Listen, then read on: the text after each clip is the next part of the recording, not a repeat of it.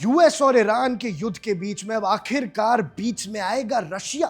Russia ने US और Israel के ईरान पर किए गए हमलों पर अपनी पोजीशन साफ कर दी है। रशियन प्रेसिडेंट व्लादिमीर पुतिन ने इन स्ट्राइक्स को बेरहम कत्ल कहा है और इंटरनेशनल लॉ का शर्मनाक उल्लंघन भी इसे जरूर बताया है। अब रशिया ने यूएस इजराइल के इन प्री प्लान्ड और अनप्रोवोक्ड अटैक्स को एक सॉवरेन नेशन के खिलाफ आर्म्ड एग्रेशन कहा है और तुरंत मिलिट्री कैंपेन को रोकने और डिप्लोमेसी की तरफ वापस लौटने की डिमांड की है। और अगर ऐसा नहीं होता है तो इस युद्ध के बीच में व्लादिमीर पुतिन कूद पड़ेंगे, रशिया भी कूद पड़ेगा। रशिया ने यूएस और इजराइल के ईरान पर स्ट्राइक्स को लेकर बड़ा विरोध जताया है।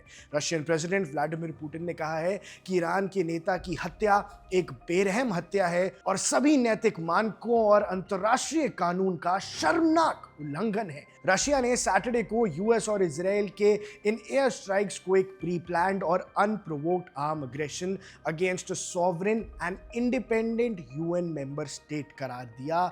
और इसका सीधा मतलब है कि भैया अगर यूएन का कोई मेंबर स्टेट है उस पे आप इस प्रकार का हमला कैसे कर सकते हैं। उन्होंने तुरंत सैन्य अभियान को रोकने और कूटनीति की ओर लौटने की मांग की है। रशियन फॉरेन मिनिस्ट्री ने यह भी बताया है कि वॉशिंगटन और तेल अवीव ईरान के न्यूक्लियर प्रोग्राम की चिंता के पीछे छिपकर असल में वहां रिजीम चेंज की कोशिश कर रहे हैं। यानी ईरान में यूएस अपने पांव जमाना चाहता है, सीधे तौर पर रशिया ने ये कह दिया। ये डेवलपमेंट्स उसी समय सामने आई हैं जब ईरान ने अपनी एम्बेसी स्टाफ और जनता के माध्यम से शोक मनाया और बदले की कार्रवाई का संकेत भी दिया है।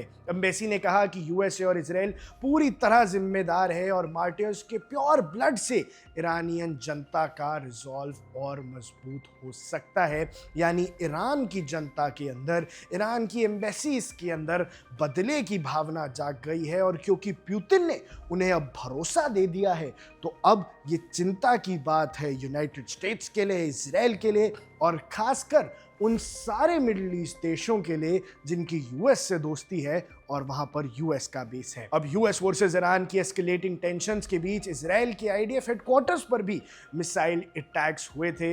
लेकिन दर्शकों, अब पुतिन जो बीच में कूद पड़े हैं ये वर्ल्ड वॉर की तरफ हमें संकेत दे सकता है। लेकिन अब क्या अमेरिका पर हमला करने के लिए इस ईरान वाले युद्ध को एक बहाना बना सकती है Russia?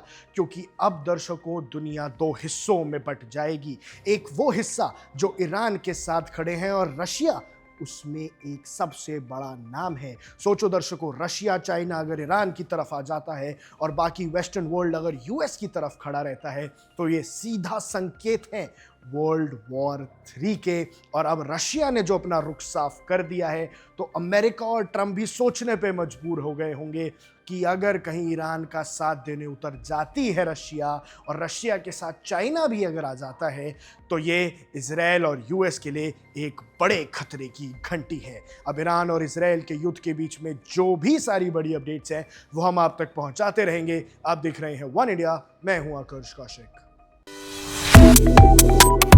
Subscribe to One India and never miss an update. Download the One India app now.